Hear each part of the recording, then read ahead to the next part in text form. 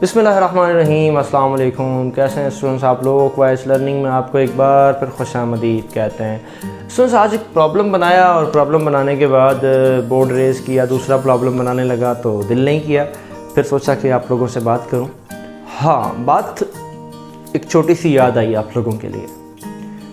देखें, बहुत सारे स्टूडेंट्स जो हैं वो आगे के फ्यूचर के बारे में बड़े परेशान होते हैं।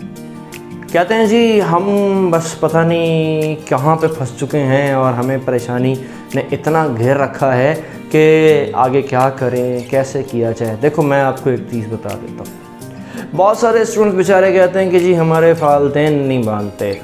हमारे फादर कहते हैं कि जनाब मैं दूसरी तरफ जाना चाहता हूँ, लेकिन मेरे फादर कहते हैं नहीं, मैं दूसरी तरफ, आपको दूसरी तरफ जाना है। कुछ बच्चे कहते हैं कि नहीं जी हमारे बड़ों ने कहा है कि ये ही फील्ड अच्छी है, दूसरी फील्ड का स्कोप नहीं है। किसी से पूछेंगे भाई आप इस तरफ क्यों आए, वो कहते हैं कि सर वो ना मतलब हमें हमारे दोस्तों ने कहा था तो हम इस तरफ आ गए। तो मैं बड़ी इनफॉर्मल सी बातें कर रहा हूँ क्योंकि मेरा कोई वीडियो बनाने का प्रोग्राम नहीं था, तो बस ऐसे आप लोगों से बातें करने का दिल किया तो सोचा कर लूँ। देखो स्टूडेंट्स, एक बात मैं आप लोगों को बता दूँ, बड़ी काम की चीज़ है, याद रखोगे। कभी भी अगर फैसला करना होता है तो बिना सोचे समझे नहीं करते। कभी दोस्तों के लिए नहीं करते।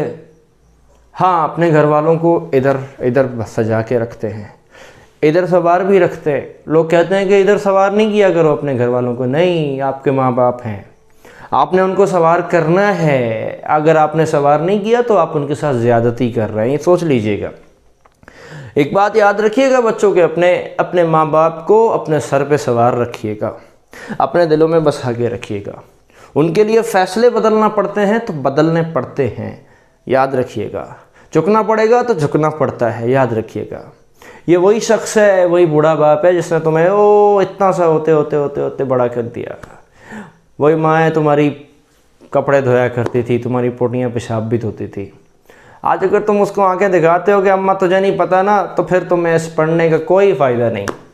लेकिन फिर भी सक्सेस किधर जाएगी, मेरा तो ख्वाब ही नहीं है।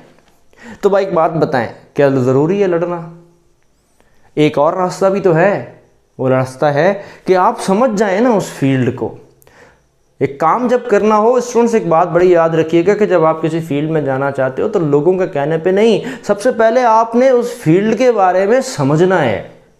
उस फील्ड के बारे में अपने आप को एक्टिव करना है, जानना है, रिसर्च करनी है। और रिसर्च कैसे लोगों से करनी है? सबसे बड़ा रिसर्चर आप खुद है। आपका इंटरनेट है, आपका गूगल है, फील्ड्स हैं और फिर आप हैं।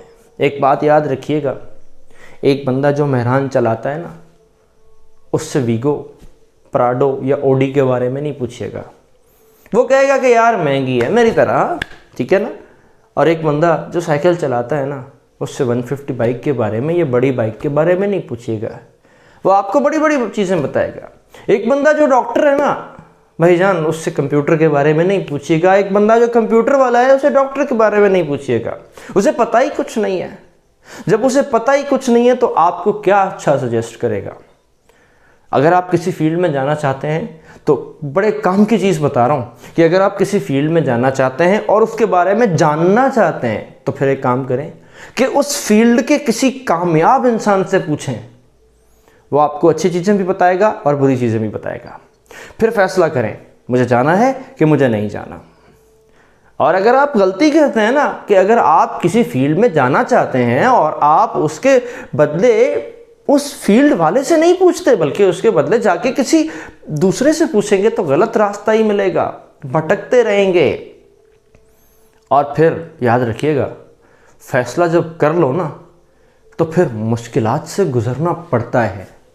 फैसला जब कर लो ना तो फिर मुश्किलात सहनी पड़ती हैं। फैसला जब कर लो ना तो उस रास्ते में धूप भी होती है, कांटे भी होते हैं, पानी भी होता है, कहीं प्यास भी होती है, कहीं भूख भी होती है। लेकिन अगर तुम चल गए ना, आगे मंजिल ज़रूर होती है। एक आखिरी बात बताऊं स्टूडेंट्स, अपने आप को स्टूडेंट समझा करें, ठीक है? कोई और प्रोफेसर ना समझ जाए। जब तुम प्रोफेसर बन जाओगे ना तो फिर अपने आप को प्रोफेसर समझना।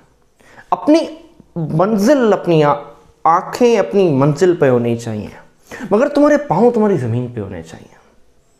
क्योंकि तुम बहुत दफ़ा बड़े फैसले भी ले लेते हो, फिर पलट जाते हो क्योंकि तुम चोट खा लेते हो। और ये तब होता है जब तुम पाँव भी ऊपर रखने की कोशिश करते हो और आंखें भी ऊपर रखने की कोशिश करते हो। हमेशा जब बड़ी पहाड़ी पे चढ़ना होता है ना, तो याद रखिएगा उसका असूल है कि नीचे झुक के चढ़ना पड़ता है। अपने कमर को ना थोड़ा सा और ऐसे करना पड़ता है। उसकी वजह क्या होती है? उसकी वजह यही होती है कि थोड़ा सा झुक के बहुत बड़ी कामयाबी हासिल करते हैं। और एक और बात याद रखिएगा कि जब तुम नीचे उतरते हो ना पहाड़ी से, कभी कोई उतरा हो तो आपको ज़रूर पता होगा, तो थोड़ा सा पीछे ऐसे होके इस तरह उतरते हैं। जानते हो क्यों? क्योंकि जब अकड़ोगे ना तो नीचे ही जाओगे, और जब झुकोगे ना तो ऊपर जाओगे। तो अपने बड़ों के सामने, अपने प्यारों के सामने, अपने माँ बाप के सामने, अपने उस्तादों के सामने थोड़ा सा झुकना सीखें। बहुत सारी बातें और भी होंगी इंशाल्लाह इस चैनल पे आपके साथ। तब तक के लिए अल्लाह हाफिज़ व नासिर। और हाँ, एक आखिरी बात, अगर चैनल आपने सब्सक्राइब नहीं किया तो कर दीजिएगा। किराया नहीं लगेगा आपका, बिल नहीं आएगा आपका, बस मुझे अच्छा लगेगा और हमें सपोर्ट मिल जाएगी। आपके दुआओं का मुंतज़िर। अल्लाह हाफिज़ व नासिर।